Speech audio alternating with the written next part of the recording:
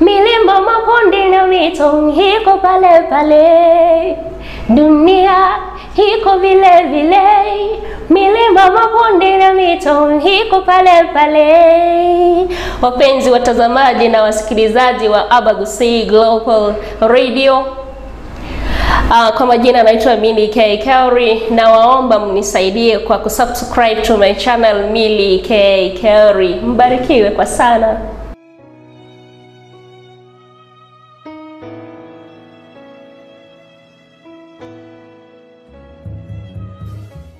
Say Polly again, and to let you know that we're still continuing to pray for you, and God will lift you up. We're going to sing two songs. Jesus came when my heart is pained too deeply for my... Wono nabo iratuke umuyiga noro kwa wenerete guikirana kurinde tuikiraniti neba ne nyangi amatanga wose muyiga onde bwensi. Kisii Global Radio nigo tukubikira umuyiga uyu ase mutandao uyu sunche asenchira yeyemo aseyemo kuragani ogwakwa wichibicha kubwatwa video useko live stream umuyiga ugo ime ya Kenya twakire ase namba enoti 52 eyemo 352 inye 5 But we didn't make it because of the limitations. Ime ya Kisii Global Radio ekeumbu kyomogusi.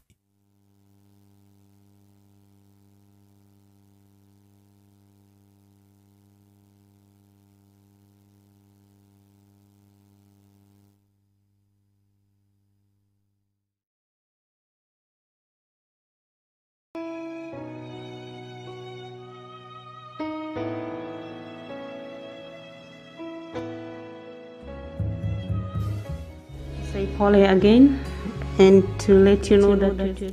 Alright, asante sana mpenzi mtazamaji wa AGR, karibu tena kwenye meza hii ya magazeti ili tuweze kukupasha yale yamenakiliwa katika magazeti haya. La kwangu hapa ni The Standard, jina langu ni Edwin Mukaya. Kwangu ni Taifa Leo, na kumbuka kwamba kuna mengi ambayo tumekuandalia siku hii ya leo, yale ambayo yamechapishwa katika magazeti. Kama hujapata gazeti lako la Taifa Leo ama The Standard, karibia tutakujuza. Naam, moja kwa moja tuingie katika kurasa za kwanza za magazeti haya. Nikianza na gazeti la The Standard, tuangazie yale yaliomo. Hapa tunaona kuna ujumbe ama arafa iliyotumwa ambayo ilizindua kizungumkuti ambacho kilimkumba mbunge wa Rarieda, anaitwa Omolo Otiende Amolo, not Omolo, kutolewa kwenye kiti chake ama wadhifa wake. Katika ukurasa wa kwanza katika ukurasa wa 8 wa gazeti la The Standard. Vile vile tuna Justice Ouko, anaitwa Hakimu Ouko, akateuliwa kama jaji katika Supreme Court ama mahakama ya juu. Suluhu vile vile alikuwa hapo jana katika bunge na aliweza kuleta vichekesho zaidi pale bungeni. Hayo tunaenda kuangazia katika ukurasa wa 5. Kurasa wa 26 tunaangazia pale kaunti ya Kisumu, ambapo wanasema kwamba Indian COVID-19 variant, unaona vile mambo yanakuwa mabaya zaidi pale India. Wanasema kuna watu ambao wamepatikana na hiyo variant pale Kisumu. Kwa hivyo watu, mambo ni magumu zaidi pale maeneo hayo. Manake vile vile wanasema kwamba kuna watu kutoka India walifika hapa nchini Kenya, watu 18 hivi majuzi, kwa hivyo waweze kukaguliwa. Vile vile katika ukurasa wa 27 naangazia ile talaka ya Melinda na Gates. Melinda Gates na Bill ambao walitaka kwamba iweze kuwa ikue, niseme aje, au kwa nataka ikue public, lakini sasa hivi ishatoka kwa public domain, na sasa hivi pengine wanaweza kujajiwa differently na watu wa social media. Ni hayo tu katika ukurasa huu wa kwanza wa gazeti hili langu la The Standard. Nikiangalia gazeti hili la Taifa Leo, anasema kwamba ukurasa wa pili kuna maafisa wa serikali ya juu ambaye alihukumiwa kifungo shimo la teo. Ni ukurasa wa pili, na katika ukurasa wa 11 hadi ukurasa wa 14 tunaenda kuangazia kilimo. Ukurasa wa pili pia wanasema kwamba Kenyatta alegeza masharti ya Watanzania kufanya biashara hapa nchini Kenya. Wanasema kwamba Suluhu aingiza Uhuru Muigai Kenyatta box. Ukurasa wa pili pia wanasema kwamba virusi vya India vya COVID-19 sasa vyatua Kenya, kwa sababu wamesema kwamba 71% kwa sampuli ambazo zimepimwa zinaonesha wazi kwamba virusi hivyo vya India vimetua nchini Kenya. Huo ni ukurasa wa pili, na katika ukurasa huu wa pili ndipo tunazungumzia kuhusu ziara ya Suluhu Hassan nchini Kenya. Huyo ni rais wa Jamhuri ya Tanzania. Naona pia tutazungumzia Obado ambaye amefanya mpango ya kuang'oa wale madiwani ambao wanamuunga mkono kinara wa ODM Raila Amolo Odinga. Kuna MCA ambao amewatimua katika afia tofauti kutoka bunge hilo la kaunti ya Migori. Huo ni ukurasa wa 3. Tutayaangazia hayo. Kumbuke kwamba Bill Gates na mkewe Melinda waliweza kuachana hapo jana wakati walitangaza rasmi kwamba wametalakiana. Imefichuka kwamba Bill Gates alikuwa na mpango wa kando. Hayo pia tunaenda kuyaangazia katika gazeti hili zima la Taifa Leo. Naam, ukurasa wa pili wa gazeti la The Standard kama kawaida tunaangazia historia kidogo. Hapa na kupeleka kwa mwaka wa 1964 baada pengine Kenya kupata uhuru wake. Tunaangazia kikosi cha wanajeshi pale maeneo ya tunasema mpaka wa Somalia na Kenya, jinsi walikuwa kijitahidi zaidi ili kudumisha amani na vile vile kuhakikisha kwamba kulikuwa na kikundi hapa kilikuwa kinajiita Shifta wakati huo. Sasa hivi tunajua kuna kikundi kile cha wahuni kinaitwa Al-Shabaab, lakini wakati huo 1964 kulikuwa na kikundi kilichokuwa kinaitwa Shifta ambao walikuwa napigana zaidi na wanajeshi wa Kenya. Na wakati huo ikumbukwe kuwa wanajeshi wa Kenya walikuwa napigana, mwanzo hawakuwa na jeshi, tuseme hawakuwa na niseme jezi kunradhi la kupigana nao, hawakuwa na bulletproof jackets, hawakuwa na helmet ya kuzuia kichwa pale, hawakuwa na bunkers ya tanka zote kwa kujificha ndani, ilikuwa bunduki. Na vile vile ingawaje kulikuwa na jua kali maeneo yale kwenye mpakani, walikuwa wanajaribu zaidi kupigana na hao wauni wakiwa kifua wazi. Kwa hivyo ni baadhi ya picha ambazo zilichukuliwa mnamo mwaka wa 1964 zikiangazia hayo yote yalikuwa yakifanyika. Vile vile wakati huo ambapo Kenya ilikuwa imepata uhuru wake, walisema kuwa hakuna sehemu hata kidogo ya Kenya ambayo itaibwa ama itaenda pale Somalia. Na vile vile waliweza kupigania zaidi hadi sehemu kama Kolbio yenye inapatikana pale Garissa. Ikawa kwamba ni sehemu moja ambayo imeweza kutetewa na kuwa nchini Kenya. Hiyo ni katika ukurasa wa pili wa The Standard kama kawaida.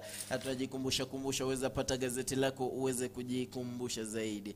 Ukurasa wa 3 hapa tunaangazia vifo, anuai na nyakati zile za zamani kidogo, wakati tulikuwa tunajua kwamba njia moja tu ambapo watu wangetegea pengine mwenza amekufa, pengine wasikize kutoka kwa redio wasikie nani yule amekufa, manake ilikuwa ni njia moja tu kujua. Kwa hivyo kipindi kama kile kingefika, pengine ungepata familia imeketi chini kusikiza tu wajua nani ameaga dunia. Lakini sasa hivi mambo yamekuwa tofauti, manake tuna mitandao, tuna internet, ujuzi ushaimarika kabisa, ambapo mtu akiaga dunia tuseme sasa hivi watu wote wamejua kutokana kwa mtandao. Na vile vile kuna huyu anayeangazia mambo ya kifo hapa, anasema kwamba inakuwaje pengine mtu akiaga dunia unapata kwamba hana lolote, hana chochote, ana marafiki anuai ambao wanamuhepa, wamsaidii chochote, japo akifa tu hivi ndo watu wanakuja na mapesa, watu wanakuja na hela kumzika mwenda zake.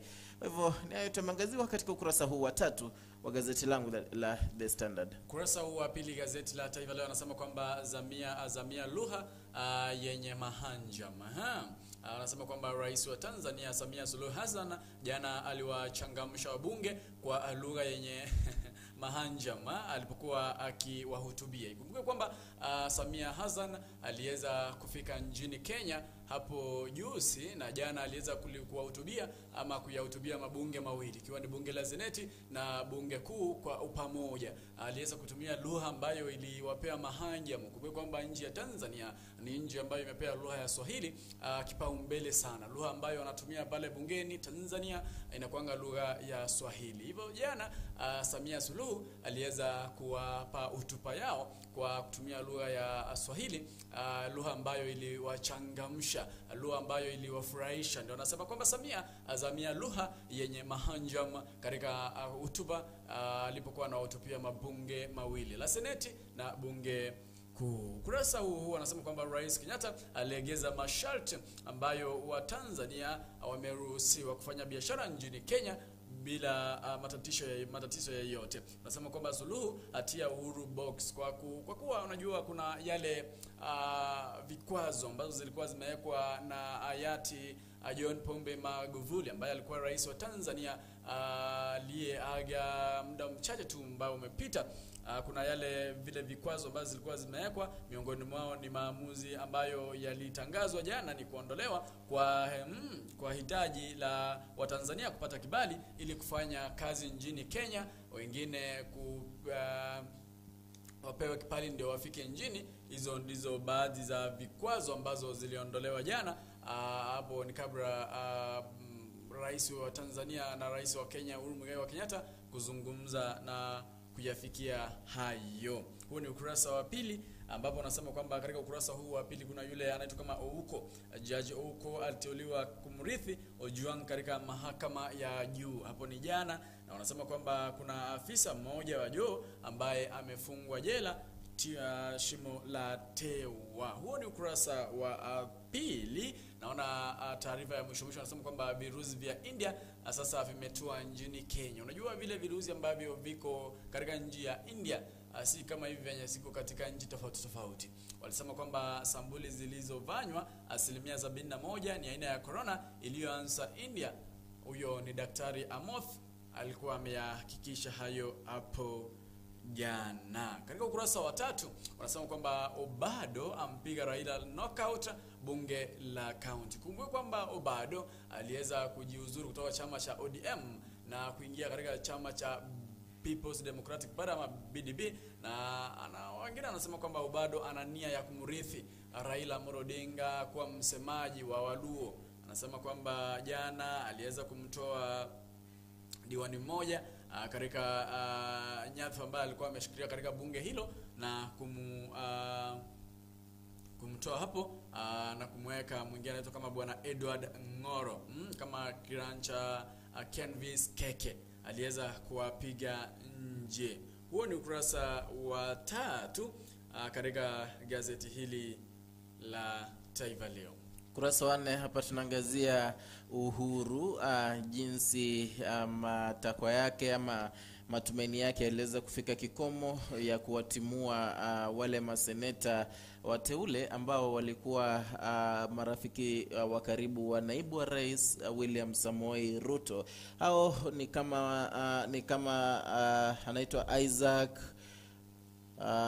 anaitwa Isaac Mwaura, Mary Seneta, Falhada Deko, Iman, Naomi Jilo wako, Victor Prengei na Millicent Omanga, ambao kidogo waliweza kutimuliwa mnamo Februari mwaka huu. Lakini japo kuna kile kikundi ama tume ya inaitwa Political Parties Dispute Tribunal inaitwa PPDT iliweza kusema kwamba chama hicho hakikufuata katiba kwa kuangoa mamlakani. Kwa hivyo iliweza kusitisha hayo na kusema ikiwa wanataka kuadhibu ama kuwapa adhabu nyingine waweze kuifuata, bado wana uhuru wa kuifuata, japo waweze kutumia japo waweze kutumia katiba na sheria ipaswavyo. Hiyo ni katika ukurasa huo wa 4. Vile vile naona hapa The Law Society of Kenya imeweza kufuata amuru ambayo mwenda zake ama anaitwa nani, David Maraga aliyekuwa hakimu mkuu alisema kwamba kidogo serikali ama bunge inafaa kuvunjwa. Hii ni baada ya kuangazia na kusema kwamba pengine haijafuata ile theluthi mbili ya jinsia. Kuna hii sheria ilikuwa imewekwa ya 2/3 gender rule, akasema kwamba kidogo haijafuatwa, manake kwa hivyo tangia mwaka wa 2010 hiyo katiba ilikuwa inasema kwamba iweze kuwa ama hiyo sheria iweze kupitishwa kwa miaka 5, lakini unaona kwamba haikuwa imepitishwa. Kwa hivyo akasema kwamba ni heri rais aweze kuvunja bunge. Kwa hivyo sasa hivi The Law Society of Kenya President Nelson Havi vile vile sasa amechipua yale ambayo amesema kwamba kidogo anafaa ama rais anafaa kuvunja bunge ili hayo kwanza yaweze kutekelezwa. Kurasa wa 5 naona hapa President addresses lesson Kiswahili. Huyu ni rais wa nchi ya Tanzania ambaye alikuwa anahutubia watu pale bungeni kwa lugha ya Kiswahili. Wajua Kenya kidogo baadhi ama wengi wa viongozi hawajakimudu zaidi Kiswahili, wamezoea kama wako na yale mazoea ya kutumia Kiingereza zaidi. Kwa hivyo ilikuwa ni kuna mahali hata Samia Suluhu alisema kwamba Kiswahili chenu kina vionjo vingi ambavyo peke yake tu ni burudani kusikiza. Ambapo tunaona kwamba Speaker Kenneth Lusaka yeye mwenyewe aliamua kwamba yeye atazungumza tu kwa lugha ya Kiswahili, manake yeye kidogo aliona Kiswahili iko sawa kwake. Kuna wale ambao kidogo walihepa wakazungumza kwa lugha ya Kizungu. Vile vile Suluhu kutembelea nchi ya Kenya, kuna mengi aliyozungumziwa, ambapo walisema kwamba hata Suluhu mwenyewe aliweza crack joke. Alikuwa na ucheshi fulani ambapo alisema pengine hata minyama wa Tanzania hupata mimba kutoka hapa nchini Kenya kisha waenda kuzalia pale. Kwa hivyo akaonyesha kwamba kuna uhusiano wa karibu sana baina ya nchi hizi mbili, nchi ya Kenya na nchi ya Tanzania. Kwa hivyo akahakikisha watu kwamba yeyote anaweza afanya biashara pale Tanzania, hivyo kwanza mwanzo kuwe na ule uhasama uliokuwa hapo, sasa hivi haupo. Hayo ni katika ukurasa wa 4 na 5. Katika ukurasa huu wa 4 wanasema kwamba atujibidiishe kuamka 10 hili la mwisho lenye usiku la Laylatul Qadr. Wanasema kwamba kuna siku 10 ambazo zimebakia, I think ni 12 ili tumalize mzimu wa kufunga Ramadhan. Wanasema kwamba tujibidiishe kuamka 10 ili tuweze kuyahifadhi na tuweze kuyavata yale masharti ya Mungu yenye yalipeana katika Quran takatifu. Wanasema kwamba Laylatul Qadr kuna ya ile ama zile ratiba ambazo zimepeanwa siku ya leo ambazo zinafaa kuvatwa kaunti ya Nairobi, Mombasa, Kisumu, Nakuru, Eldoret, Garissa, Kitale, Mandera, Isiolo, Nyeri, Baridi, Lodwar na Lamu. Kumbuke kwamba Lamu ikiwa ndio kaunti ya mwisho, nasema kwamba saa 12 na dakika 15 hadi saa 11 na dakika 1. Hiyo ndio muda wa kufunga na kufungua. Jamaa wa marehemu wamesema aliamua ama kuna familia moja ambayo inataka raia wa kigeni ashtakiwe upya kwa mauaji. Hapo ni katika kaunti ya Kilifi. Huku wanasema kwamba kuna jamaa ambaye alioa mtoto wao ambaye alihepa na anafaa kwamba avuatwe upya ili kushtakiwa na madai hayo ya mauaji. Katika ukurasa huu wa 4 kuna popo ambao wanatisha askari katika kaunti ya Murang'a, na askari wanaomba msaada kufurusha popo hao katika kituo hicho cha polisi, kwa sababu popo watatu waliingia katika kaunti hiyo ya Murang'a na wakaharibu kituo hicho cha polisi. Popo ni hippopotamus. Nasema kwamba Kakamega County nasema kwamba Mumia Sugar tena yaanza kuzama. Mbona imeanza kuzama? Wanasema kwamba ufisadi umekithiri katika kampuni hiyo ya sukari, na wanasema kwamba sasa kampuni hiyo imeanza kuzama upya.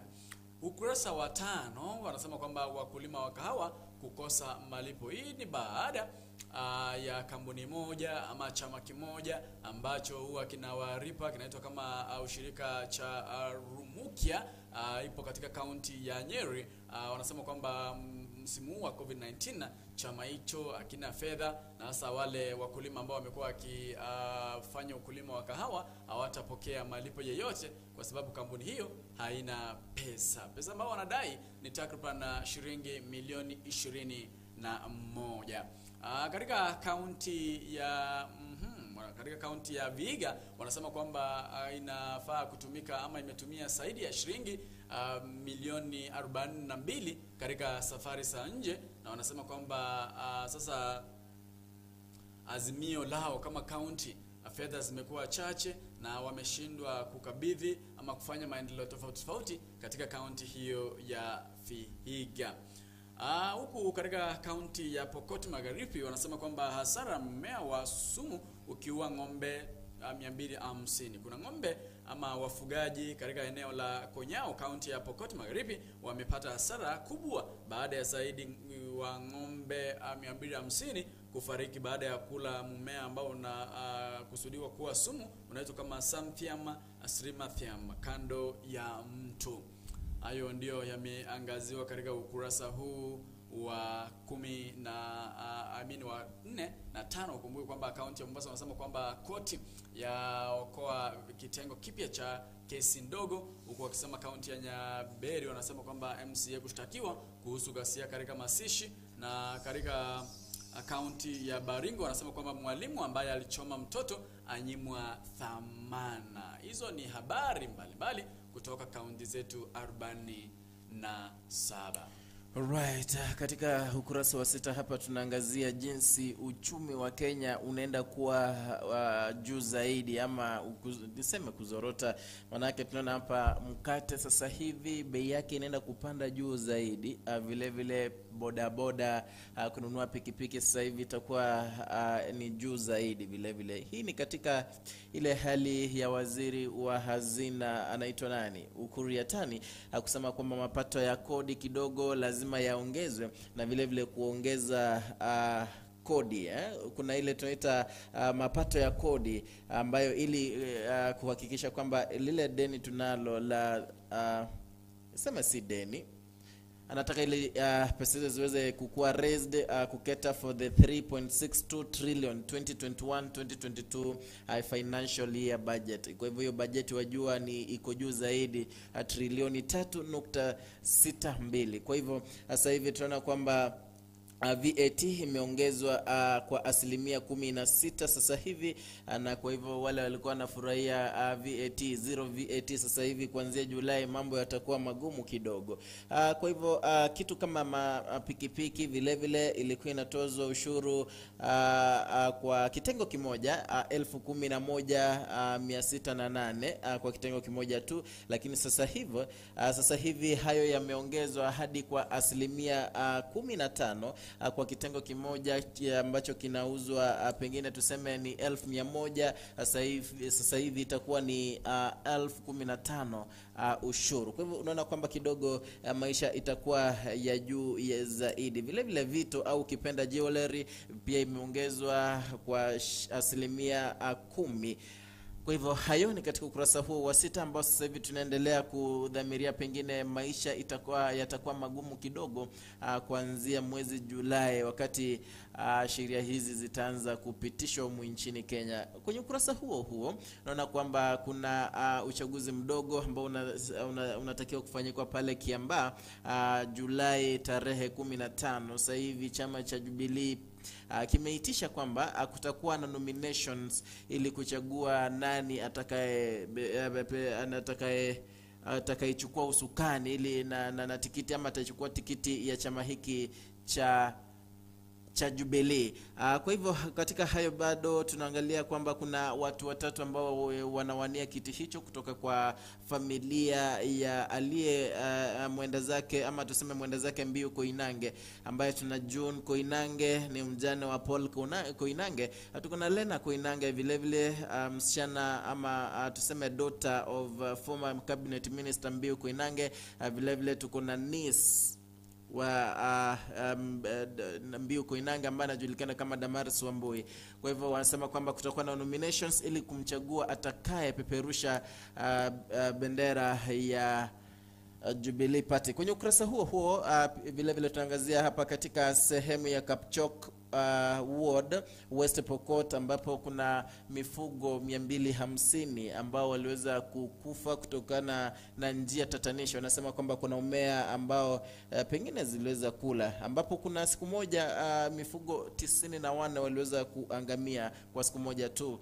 Hayo na katika ukurasa wa 6. Ukurasa wa 7 na kuangazia Jaji Ouko. Anasema kwamba Ouko ama William Ouko ndiye aliweza kuchaguliwa ili achukue nafasi ya Jaji Jackton Ojwang ambaye alistaafu, na ni katika masaa 6 tu aliweza kuteuliwa baada ya mahojiano ya kuwa jaji mkuu. Kwa hivyo kazi yake nzuri iliweza kumtunuku wadhifa huo na pengine kuinuliwa kutoka mahali alikuwa kwenda kwa the Court of Appeal President Justice. Hayo ni katika ukurasa huu wa 6 na 7.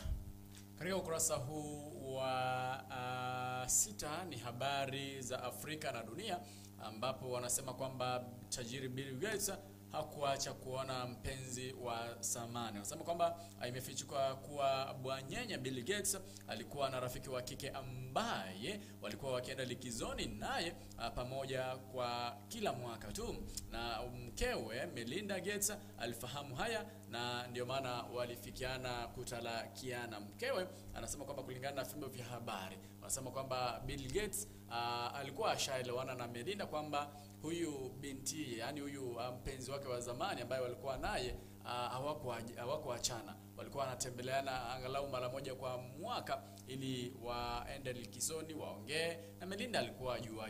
Ndipo wakakuja kwa katika mtandao ya jamii na kusema kwamba wametalakiana. Huu ni ukurasa wa 6, utasoma habari hiyo yote. Katika ukurasa huu wanasema kwamba kuna mwanamke mmoja ambaye alijifungua watoto 9 kwa mpigo nchini Morocco. Mwanamke huyu alichukuliwa na serikali ya nchi hiyo, na daktari walisema kwamba watoto hao 9 walikuwa katika afya njema, hawakuwa na shida yoyote. Najua huku Kenya kuna yule ambaye alifanikiwa, alibarikiwa na watoto 5, lakini kwa bahati mbaya mmoja aliweza kuiaga dunia. Sasa huku Morocco wanasema kwamba katika sehemu inaitwa kama Rabat kuna mwanamke mmoja mwenye ana umri wa miaka 25 aliweza kujifungua watoto 9. Katika ukurasa huu wanasema kwamba polisi watangaza msako dhidi ya wahalifu. Hapo ni nchini Sudan Kusini ama South Africa, South Sudan, mjini Juba. Katika nchi ya Mexico wanasema kwamba rais atoa hakikisho kuhusu mkasa wa daraja kupomoka. Huo ni ukurasa wa 6. Katika ukurasa huu wa 7 wanasema kwamba elimu ya Gumbaru yawapa manufaa tele wakazi wa Nyeri. Mwanamume mmoja amepania kuongoza vita dhidi ya unyanyapaa unaohusishwa na elimu ya watu wazima. Huo ni ukurasa huu wa 7 ambapo utapata nakala hiyo au makala hayo uweze kujifahamisha juu ya elimu ya watu wakubwa. Kumbuka kwamba elimu hiyo inaendelea katika kila county. Kuna elimu ya watu wakubwa, kuna wale ambao hawakupata fedha za kuendeleza masomo yao, wakaoa za watoto, lakini tena wana nia ya kurudi shuleni ili waweze kusoma. Hiyo utaipata katika ukurasa huu wa 7 gazeti la Taifa Leo. Ukurasa wa 8 hapa tunaangazia yale yaliyotokea hadi mbunge wa Rarieda ambaye anaitwa Otiende Amolo kungolewa kwenye wadhifa wake kama the vice inajulikana kama the JLAC, Justice and Legal Affairs Committee vice chair.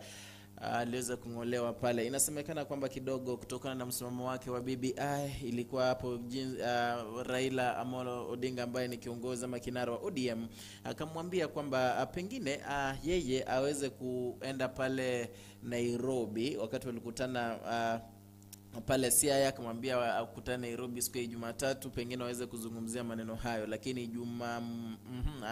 tuseme Jumapili utaenda akamwandikia ujumbe mfupi akamwambia yeye sasa hivi is not interested, anaweza toka kwenye wadhifa huo, iliyopelekea hayo yote kufanyika. Ingawaje hayo yote yanasemwa na John Mbadi vile vile ambaye ni mwenyekiti wa chama cha ODM, japo Otiende Amollo yeye mwenyewe anasema kidogo yeye hakujiuzuru jinsi wanasema kwenye ukurasa huu wa 8, lakini wewe mwenyewe waweza pata nakala yako soma zaidi. Kuna mbunge wa Limuru anaitwa Peter Mwadhi, hapo jana aliweza kuchaguliwa kama mwenyekiti wa Parliamentary Committee on National Security and Administration baada ya President Uhuru Kenyatta ama Rais Uhuru Kenyatta kumpa mkono, vile vile wabunge wengine vile vile kumpongeza na kumpa mkono huo ili aweze kuzidi. Hayo ni katika ukurasa wa 8. 9 hamna la kutufaidi. Ukurasa wa 10 vile vile. Ukurasa wa 11 hapa ndio tunaangazia hapa baadhi ya wanahabari wengi wa Standard Media waweza kutunukiwa tuzo mbalimbali pamoja na tume ya Media Council of Kenya hapo siku ya Jumamosi. Ingawaje wengine walikuwa na taswiji kidogo, wakasema kwamba Media Council haikufanya haki. Mengi yaliweza kuongelewa haswa katika mtandao, lakini wengi wa the Standard journalists waliweza kushine sana na kupewa tuzo mbalimbali. Vile vile katika ukurasa huo naona kwamba baadhi ya wauguzi wanalilia serikali iweze kuachilia vile vidonge vya kupunguza makali ya ukimwi mwilini ambavyo vimezuiliwa pale bandarini Mombasa. Manake serikali ilikuwa inataka kutoza pesa, tuseme ushuru vidonge hivyo. Manake tuliona kwamba USAID ambayo ilikuwa inasaidia kutoana vidonge hiyo kama dona, waliweza ilikuwa hawakuamini KEMSA, kwa hivyo wakapeana kwa a private entity, kwa hivyo ikaleta shida zaidi. Sasa hivi wauguzi wanalilia serikali iweze kuachilia vidonge hivyo, manake watu wengi wanaumia humu nchini. Ni hayo. Katika ukurasa huu wa 8 wanasema kwamba usawa wa kimaeneo utekelezwe, tuachane na ukabila. Najua humu Kenya tuna ukabila.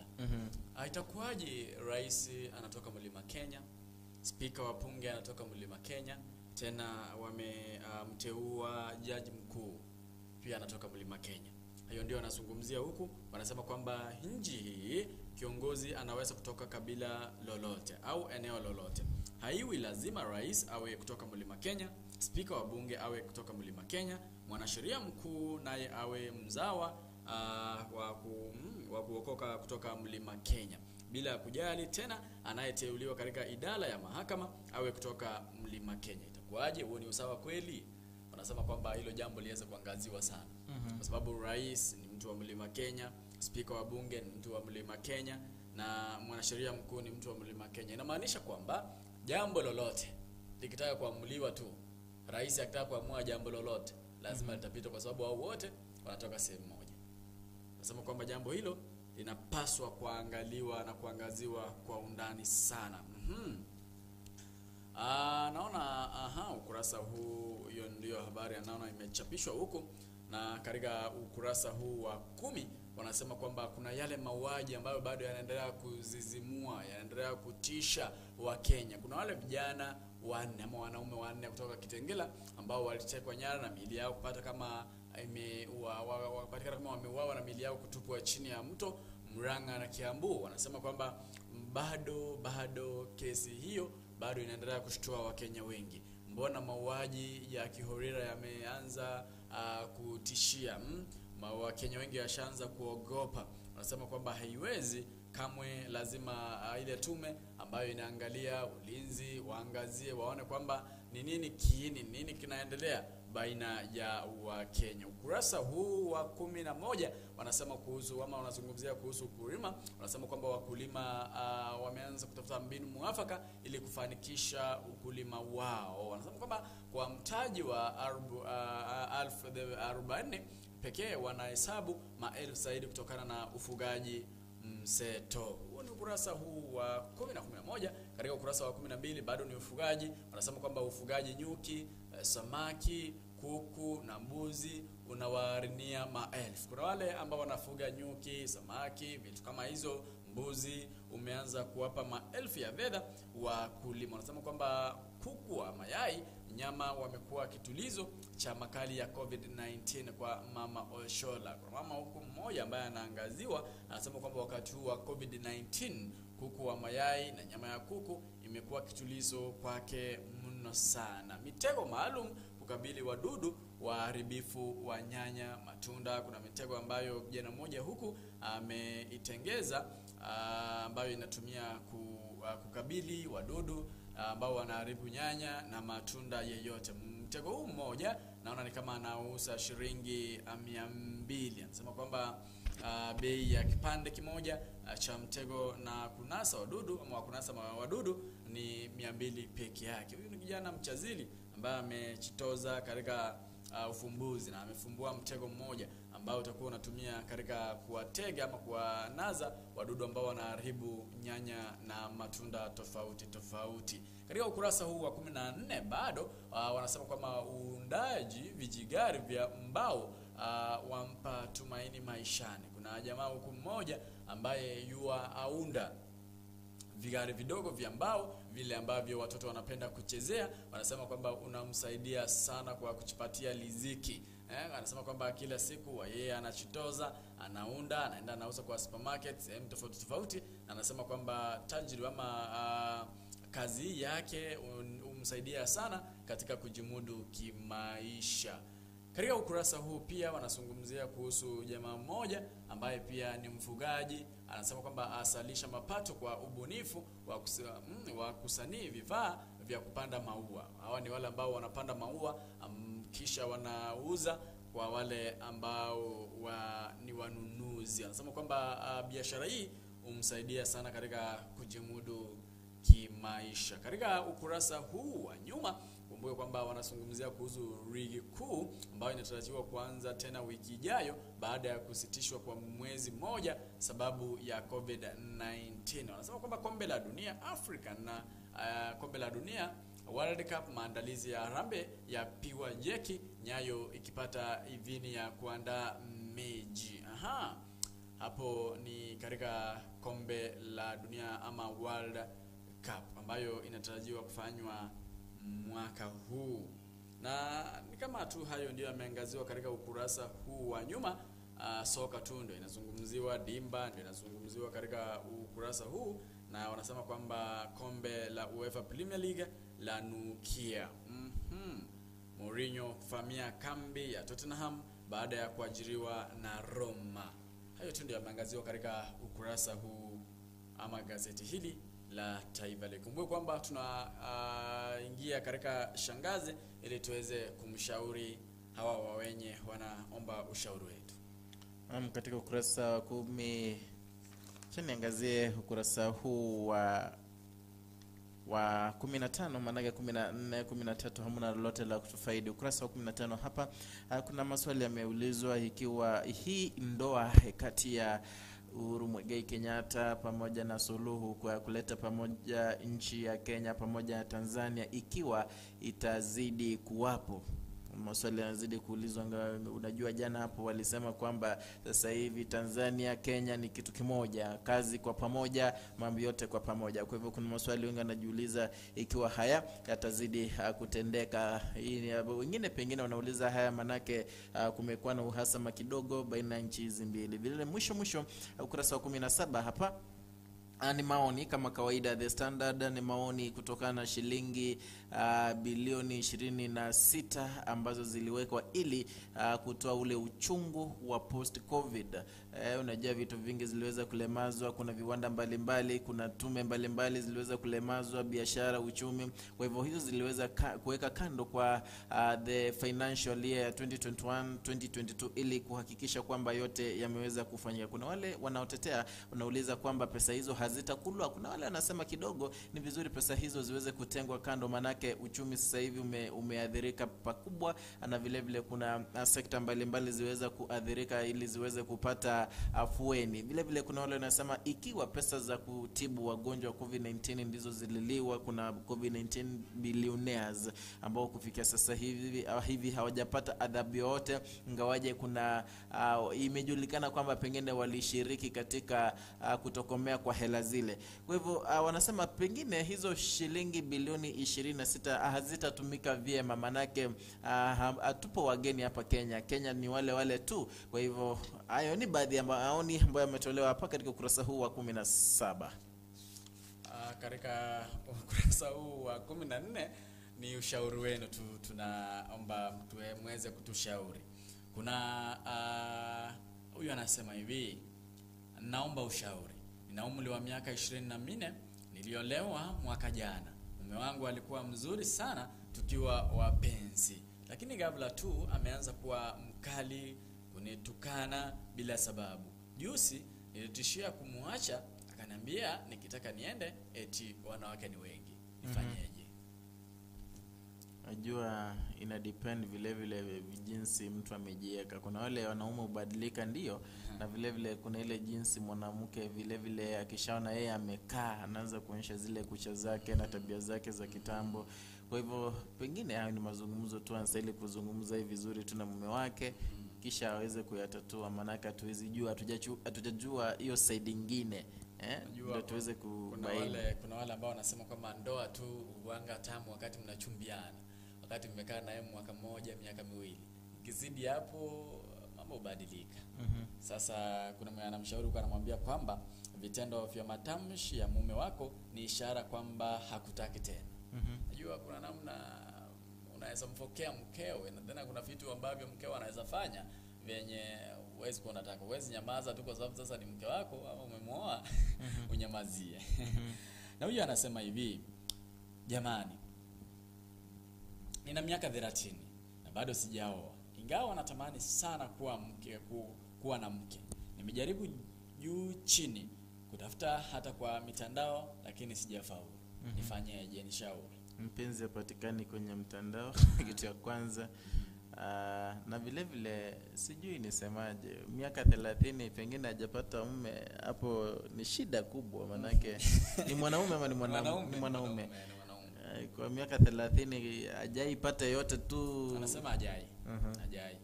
Amesunguka mtandaoni kila mahali. Cha kwanza pengine ana kiburi, apunguze kiburi, vile vile apunguze expectations. Unajua kuna anataka nipate mzungu, nipate mtu akona hela. Naam, wale wanaokuja wenye pengine wangekuwa mabibi wazuri, anawafinyia nafasi ile ya kuwapa ongee pengine waweze kuona kama yatatendeka. Huyu anasema kwamba mke wake aliachishwa kazi mwaka jana. Sasa ananitegemea kwa mahitaji yake ya kifedha. Nimeanza kulemewa kazini kwa sababu biashara yangu imeanza kuathirika kwa sababu ya hili janga la COVID-19. Sijui nifanyeje. Mke wake anamtegemea kwa sababu kazi yake iliisha, na yule biashara yake imeanza kuwa duni kwa sababu ya COVID-19. Najua COVID-19 imeguza kila kitendo. Tulikuwa tunaangazia hapa sasa hivi. COVID imeguza kila kitendo, kila mahali. Hakuna place unazapata pengine wako sawa ama wamenufaika ndao. Kuna wale wamenufaika kutokana na COVID-19, lakini wengi, asilimia kubwa, watu wamefanya nini? Wameathiriwa zaidi ama wameathiriwa zaidi na ugonjwa huu wa COVID. Kwa hivyo ni kungangana tu. Azidi kujikaza, azidi kuzidi. Huyu anasema kwamba mwanamke mpenzi wangu amenizidi umri kwa miaka mingi. Hiyo kwangu si hoja. Tatizo ni kwamba marafiki wangu wanapinga, kutishia kunitenga. Ana mpenzi ambaye anamzidi kwa umri kwa miaka mingi, na anasema kwamba ana shida na hilo. Shida ni kwamba marafiki zake wanasema kwamba wanataka kumtenga kwa sababu ana mke ambaye anamzidi kwa umri. Pengine utupe opinion yako. Aache huyu mwanamke ambaye anamzidi kwa umri ama ateme marafiki. Unajua sana majibu mawili. Mapenzi ni ya watu wawili, kumbuka, na ni kuelewana. Na pengine wanasema age is just a number. ni wawili tu kuelewana. Bora mnaelewana sawa. Age is just a number, but you know, huwezi kuwa uko na miaka 20 alafu umeolewa na miaka na mzee na mtu wa miaka 80, you know. Kunao wameoleka na bado they are doing good. It all depends on the Ningeomba kwamba swala hili nilikuwa nimenilenga ili niweze kulizungumzia katika mpango mzima wa Zeria Obotaka kuanzia saa 6 hadi saa 7. Tukutane pale YouTube, Facebook Live tuweze kuzungumzia swala hili. Kwa sababu anasema kwamba yeye ana shida na mke wake ama mpenzi wake kuwa na umri mkubwa kumzidi. Anasema kwamba mpenzi wake ana umri ama anamzidi kwa miaka mingi sana, za miaka 12. Na anasema kwamba yeye ana shida na hilo. Shida ni kwamba marafiki wake wanataka ama wanatishia kumtema sababu anasema kwamba hawawezani kwa sababu ana mke mwenye umri mkubwa zaidi aliyewezekana. Hivyo mpenzi mtazamaji, ningeomba kwamba kuanzia saa 6 hadi saa 7 sasa mchana tutaweza kulizungumzia swala hilo katika mpango mzima wa Zeria Obotaka ili tuweze kulichangia kwa pamoja. Hayo ndiyo yalikuwa katika gazeti hili la Taifa Leo. La kwangu ni Fidel Omoshoge. Nami ni Edwin Mukaya. Tukutane hapo kesho kwenye meza hii ya AGR magazetini saa na wakati kama wa leo.